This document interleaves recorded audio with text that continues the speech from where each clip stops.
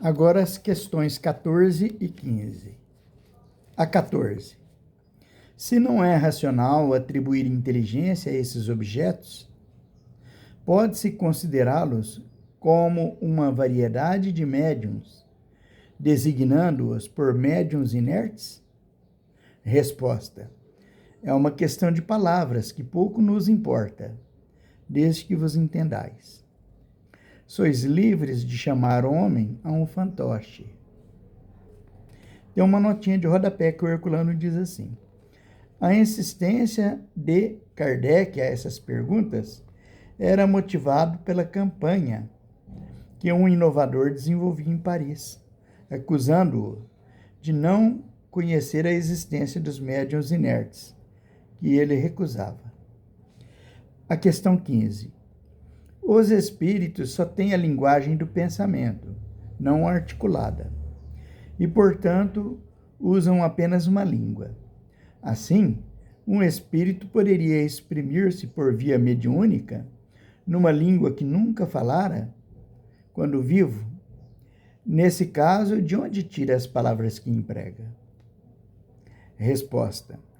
Já respondeste à pergunta por ti mesmo, ao dizer que os espíritos só têm uma língua, que é a do pensamento.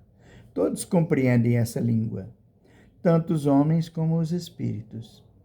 Ao dirigir-se ao espírito encarnado do médium, o espírito errante não fala em francês, nem em inglês, mas na língua universal do pensamento.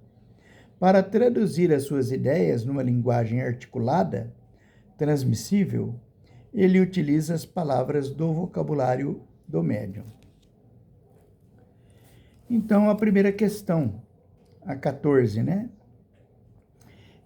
O nome que nós queremos dar às espécies de mediunidades ou tipos de mediunidades existentes, isso pouco importa para os espíritos, a linguagem que queiramos dar. Para eles, o importante é que a gente entenda o que é a mediunidade e quais são os tipos de mediunidades existentes, né? Então, o Herculano Pires está dizendo aqui que médiuns inertes, que o Allan Kardec perguntou aos espíritos, foram estudos, até nós vimos nas questões anteriores aí, né? Estudos que foram feitos por combatentes do espiritismo à época, que criou o sistema também, ou a compreensão de que existiam médiuns inertes, ou seja, mediunidade nos objetos, que não tem vida, né? E o que não é real, né?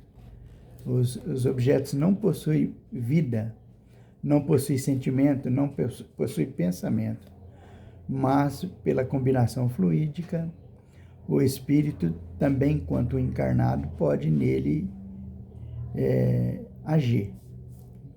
E a 15, que a linguagem do pensamento, ou melhor, a linguagem do espírito é a linguagem do pensamento.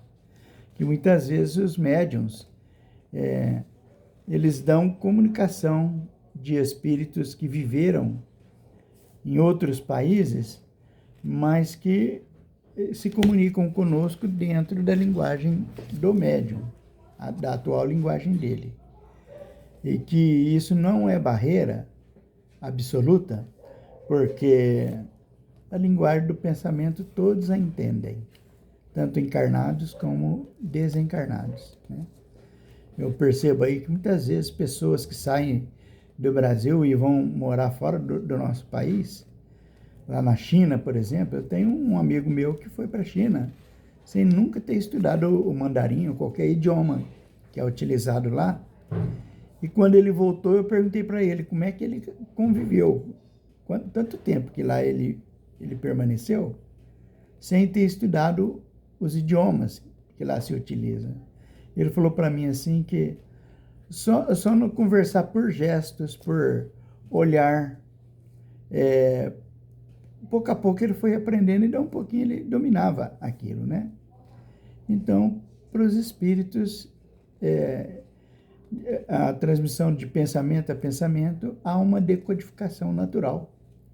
E a barreira não é tão grande assim quanto se parece, não.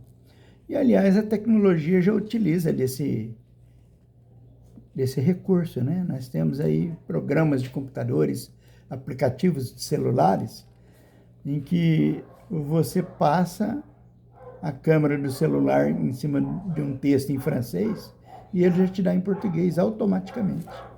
Se o homem faz isso, Deus não faria melhor?